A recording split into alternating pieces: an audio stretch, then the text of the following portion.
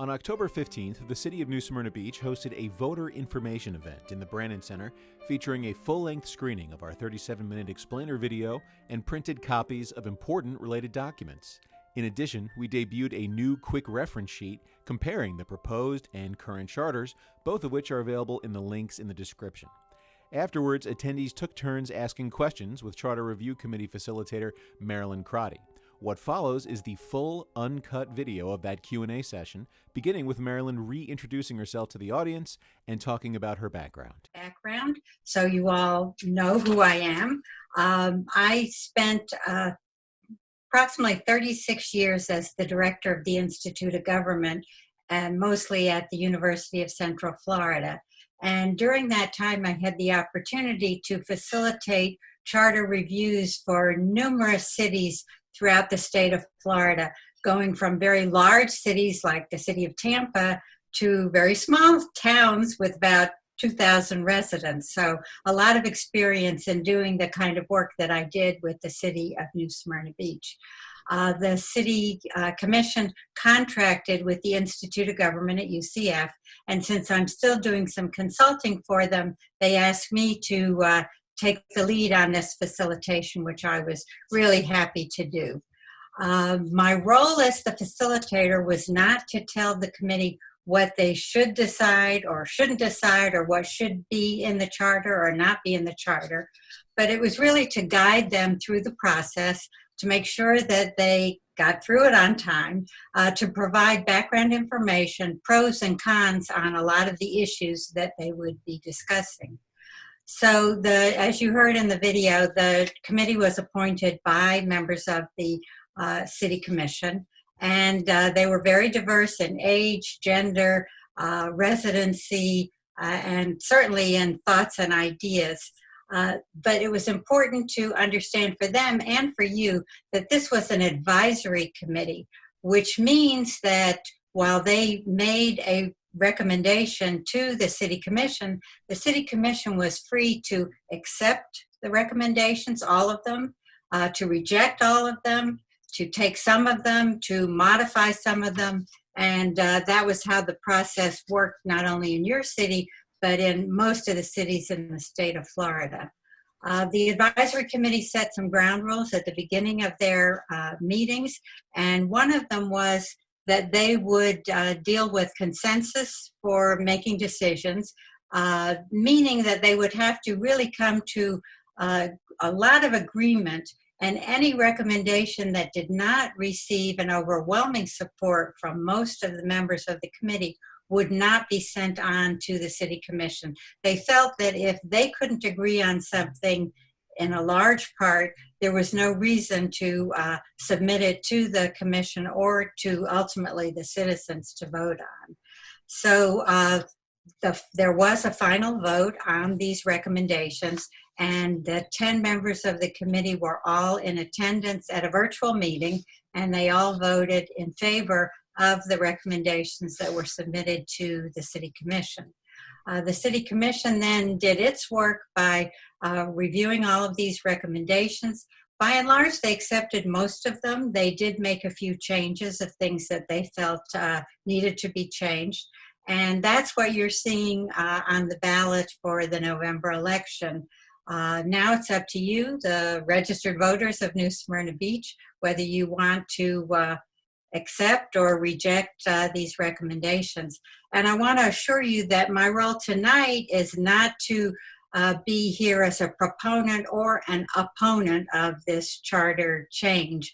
I'm just here really to answer your questions and make it more clear to you if you're confused about some of the things or not sure how you want to vote.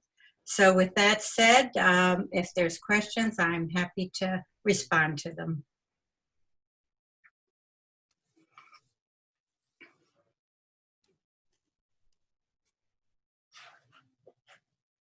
Can I take the mask off for this? Thank you. Hi, Marilyn. First off, thank you for all of your effort. My name is Joe Flute. I live in Venetian Bay. And from my reading, and certainly from this video, I think the new charter versus the old charter, this vastly improves everything that we've seen. Would you mind speaking closer to Okay. So my question is this. What am I missing? What are we not seeing? The people outside have handed some negative things about the charter that in my reading may not be as accurate as I like it to be. So I'm just going to ask you the first question that they did, which is, it takes all decisions about sales and leases of public land away from voters. Is that true? Well, right now, the voters have no say on the sale or purchase or leasing of public lands. So what this does, the change that it makes is, instead of a majority of the city commission being 3 members having to vote on that, it would take up a vote of 5 members. So that's the only change, but it was never left up to the citizens in your current charter to make those decisions. So you would say that that was either false or misleading as a statement? Well, I would just say it's, I mean, right now you don't have that authority, so the charter didn't change that relationship. The second statement it made, which is kind of confusing to me, it says, sets up commission to be prosecutor, jury, and judge. Do you know what they're referring to at all? That probably refers to the forfeiture section of the charter. And I think almost every charter in the state of Florida has a forfeiture section, which is a guard if any of your elected officials are going astray, let's say, and it sets up some parameters, some requirements for when you could bring a charge of forfeiture. And it is within the commission's purview to do that, but it sets up a very well-defined process for doing that. And due process, which is, of course, a constitutional right that everyone has, is safeguarded by the process that's set up here. And just to give you an example, because it was a Volusia County case, a couple of years ago, the city of DeBary brought forfeiture charges against their mayor. Their city commission did this, and they felt the mayor was in violation of their charter. Unfortunately, their charter didn't spell out a really good process, so it was very difficult for the city to go through that. But ultimately, the city council or city commission in that case did decide to remove the mayor from office because he had been violating their form of government. And, you know, it happens very rarely. But if there is a need to remove an elected official, it is the other elected officials in all jurisdictions that have the responsibility to do that. But this charter sets up now a very defined process, making sure that the person who is accused has every opportunity to defend themselves. Great. I'm probably over my time, but I've been given the nod to keep asking you these questions. If you don't mind, there's just 4 more. It says allows a member convicted of a felon while serving to stay on the commission. Yeah, that's not true. The grounds of forfeiture are convicted of moral turpitude, which is a legal term, and there are definitions. Some are felonies, some are misdemeanors. But actually, in the state of Florida, if an elected official is indicted for a felony, the governor of the state has the responsibility for suspending that person from office. Happened recently with a county commissioner in Osceola County. Then when that person goes to trial, if they are actually convicted of a felony, then the governor removes them from office. So it's not under the control of the city commission, but there are safeguards in the state for not allowing felons to serve in elected positions. The next thing on the list is charges city manager with law enforcement. Well, it does say that the city manager is responsible for seeing that all of the ordinances and the motions that are made by the city commissioner are carried out, which means that the chief of police, who's under the authority of the city manager, would be directed by the city manager. We just passed, say, a code enforcement ordinance. You know, they might go to the manager of code enforcement. They go to the police chief, say you need to now be citing people for this violation. So in that way, they are responsible for seeing that everything is implemented, that the city commission tells them, we're changing this, or we want to do this. Now you go ahead and make it happen. Perfect. The next thing it states is that it excludes term limits and ethics board. Okay. Currently, the city does not have term limits. This was a hotly debated item at the Charter Advisory Board meetings. In fact, I think it came back 3 or 4 times with people debating for and against. And it was one of those issues where it was a very mixed support or opposition to, and there was not enough support ultimately to put it on the ballot. So it stays the same as you have currently. You do not have term limits at the current time. And what was the second part of that item? The ethics board. You don't have an ethics board at this time. There are some cities that do have ethics boards, so it did not put an ethics board. I think, as I recall, the feeling of their state ethics laws, there's a state ethics commission, and there is a process for if there are violations of state ethics laws that apply to local officials, that you would go to that board, and any citizen can bring a charge to the state ethics commission to investigate and see if there's any substance to those charges. The last thing on their list is that the ballot language misrepresents the new charter. Okay. The ballot language is interesting because under the state of Florida, if any issue that you're going to put on the ballot, you are limited to 75 words. It's very hard to take a document like this and then condense it down to 75 words. So I didn't write that ballot language. I think it was a product, the city attorney and working with the city commission came up with that language.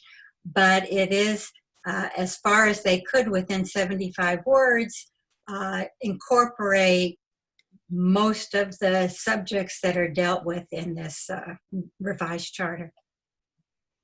Thank you, Marilyn. That's all of them. I thank you for your hard work, and I think you've answered all the questions that they have presented.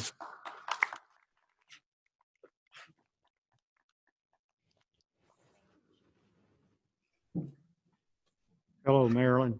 Thank you for this opportunity. My name is John Moss, 3376 Catarina Drive in Venetian Bay. My question has to do, what was the logic of having the city manager, city attorney, and city clerk have annual performance reviews by the city commission? Well, that was a suggestion that was brought forth by one of the members of the committee, and the other committee members all agreed. I mean, routinely in most organizations, annual performance reviews are required just to make sure that the people you have employed are functioning well, doing what they need to do, and giving them an opportunity if there are areas that they are not coming up to speed on, to give them an opportunity to correct and improve upon their performance. So a lot of charters don't include this kind of thing, but the members of this committee felt it was very important that it be a requirement, because there are some cities that just kind of drift along and never actually evaluate those important roles. And so the members of the committee thought it was important that it be a requirement, and that it also increases accountability, I think, for elected officials, for appointed officials. So that would be my guess of why they wanted to have it in there. Okay. Thank you very much.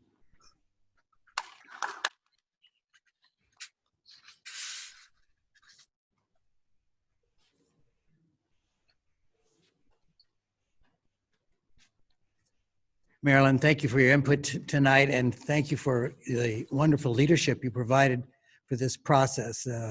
Whether the vote is up or down, I think that the city can be proud of the time and effort that went into this revision process. So thank you. I'm wondering if in fact this vote does not carry and it is defeated, does it mean that the city would have to wait 10 more years before there could be a new revision, or is any possibility it could be readdressed sooner? Thank you very much. It could definitely be readdressed sooner. The state constitution gives you several ways to amend charters. One way is the city commission can amend charters. So without having an advisory committee or anything, they on their own can devise questions that they want to put forth to the citizens for approval or disapproval. So at any time, and I guess you would wait until there was a general election, although they could even hold a special election, they could submit one question, two questions, whatever that they felt was important. And you also have the opportunity under state law that citizens, through a petition method, could propose amendments to a charter. So it wouldn't be a total revision, but there certainly could be opportunities. And the city commission could appoint another advisory committee to do the same kind of thing, to do the whole review again if they felt it was important.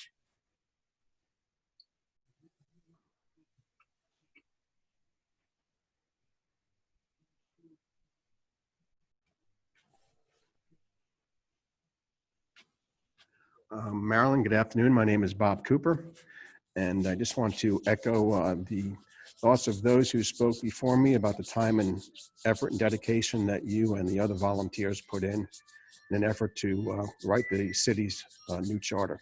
I do have one question, perhaps you can clarify. During the presentation, it was mentioned that all of the participants voted unanimously to approve the new charter as written. Yet during some of the correspondence that were afforded over the internet, I've been reading where that might not be accurate, where some of the participants that actually participated in writing new charter were not in favor of the final draft. Perhaps you can clarify that? Yes. At the last meeting of the Charter Review Advisory Committee, there was a vote taken, and it was not just a raising of hands, but actually it was a roll call. So each member of the committee was asked to vote yay or nay on the final document and the report that was sent to the City Commission. And at that time, there were 10 members still serving. One initial appointee had dropped out quite a few months before that period. All 10 were participating. All 10 voted yes. But certainly people could have changed their minds after that vote and, on further reflection, may have decided that they're not in favor. But at the time of the final meeting, everyone was in support. And I think it was mentioned in the video, the ground rules allowed for minority reports to be submitted along with the report to the City Commission. And so anyone who had any points that they were not in agreement in the whole document certainly could have submitted those. And as far as I know, none were submitted. Thank you.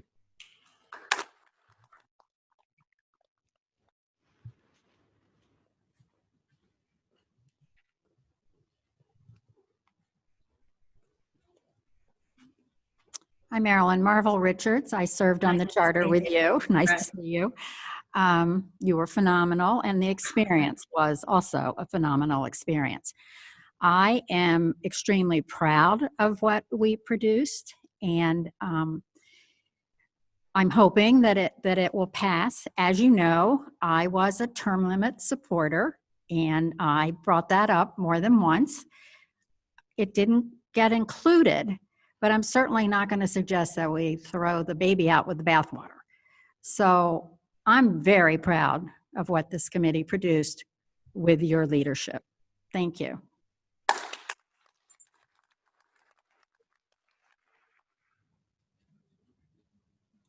Good evening. Good evening. I'm Karen Francis.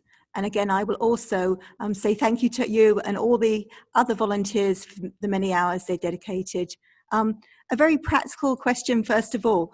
You talked about diversity on the committee. Was there racial diversity? There was not. Okay, yeah.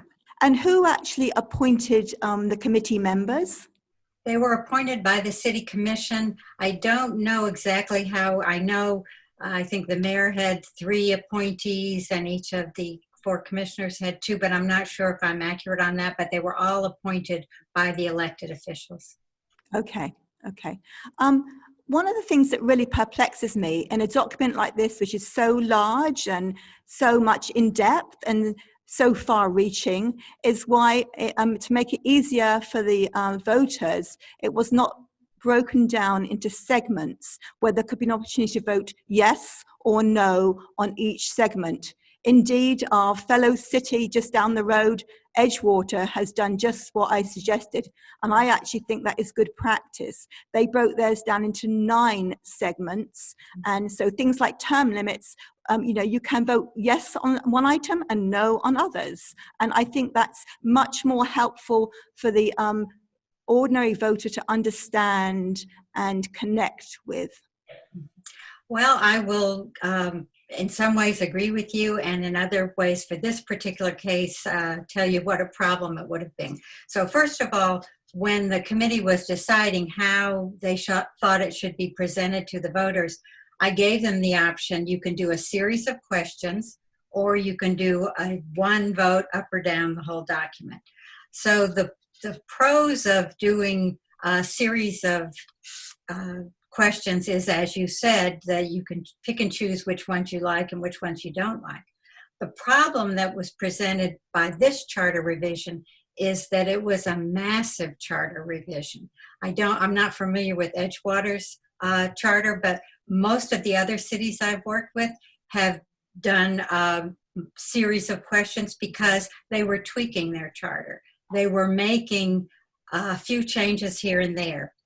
If New Smyrna had decided to do that, my estimate was they would have had 50 at least questions to put on the ballot, which, as you know, is an enormous task for anyone to try to decide.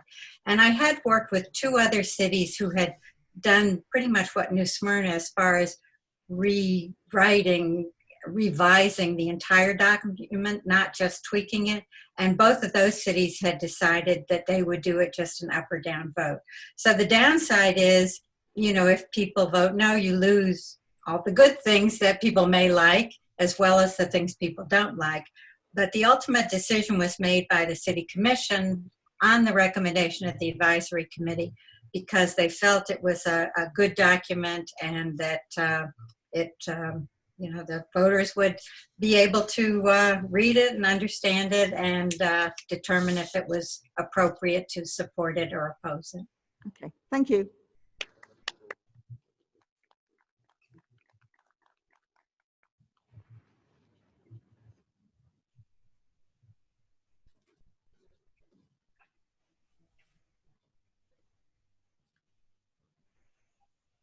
Hello, I'm Peggy Rivers, and I'm speaking in memory of Marty Danaher, who was extremely honored to serve on the Charter Review Committee, and he took his responsibility very seriously. So I thank you, and I thank the committee for all of your and their hard work and time and effort. Marty was had an extreme desire for this to be successful for our citizens and our city government, and he felt that citizen participation and understanding was critical to its success. And I believe the city has done a remarkable job with informing our citizens and getting participation by having in-person meetings over time, as well as this fabulous video y'all put together. It was awesome. He was extremely proud of the preamble adopted by the committee. And in an email, Marty wrote, quote, "Its strength is the vision of the government we want, balanced with the components necessary to achieve that government. I want NSB to have the best government based on the proper charter and execution and implementation thereof with full understanding and support of our citizens." So With that, I just want to say, in spite of his health, he was very determined and he completed his responsibility with the committee to the very end. And he was very proud of the work the committee had done. Even though everyone wasn't always in agreement, but everybody got their thoughts out and ideas out, and you did an outstanding job facilitating that. So thank you very much. Appreciate it.